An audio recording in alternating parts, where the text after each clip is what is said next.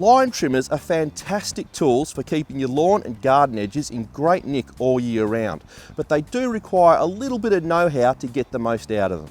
In this video, we're going to cover off all the key points you'll need to know about the various line feed systems, troubleshooting, and any tips that will help you get the most out of your trimming line.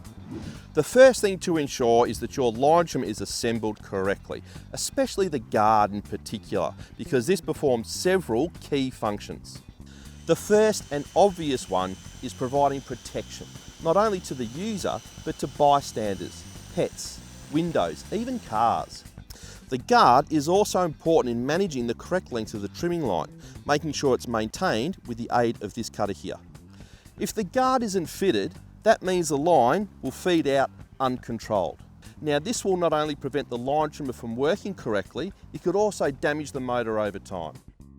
To ensure you've fitted the guard correctly, just refer to your operator's manual. If you've lost this, no probs, just jump on the Ryobi website. So how is your trimming line fed out? Well, that'll depend on the type of model you have, as there are 3 different types of spools that you can get. You can have a manual feed, you can have a bump feed, and you can also have some form of automatic feed. Manual feed heads, like this Pro Cut 2 here, use pre-cut lengths of line that you just replace once the line is worn down.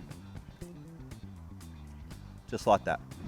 A very important part of installing line in a Pro Cut 2 is to make sure that when you're pushing the line into the unit, that you have enough going through the other side. The reason for that is the line only feeds in one direction. And if you don't feed it through enough, you won't be able to pull it out to replace it when you need to. Bump feed systems feed line out each time you bump it on the ground while it's spinning.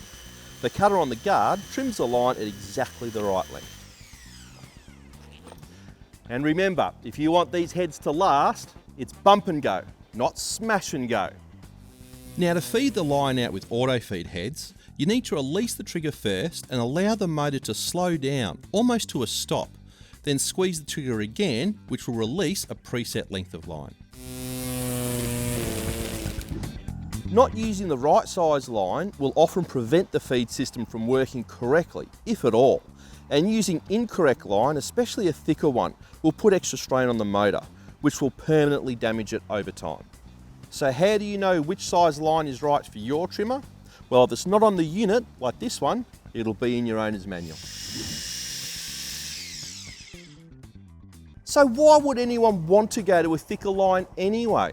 Well, it's generally because their current line is breaking too often or they're going through too much of it. And we now know that going to a thicker line can cause issues with the motor. So now I'm going to give you some great tips to get the most out of your trimming line. The last 10 to 15 mil of the trimming line does all the cutting. So it's very important that you always run your line trimmer at full speed. Otherwise, any slower and the line will wear below the tip and break off. If you're working in too close to hard edges like rocks and concrete, this will wear the line down very quickly. And if you're too close, this will bend the line, causing it to break. So, a good tip is to always start further out from the trimming area and slowly work your way in, so only the tip of the line is cutting where you want it to.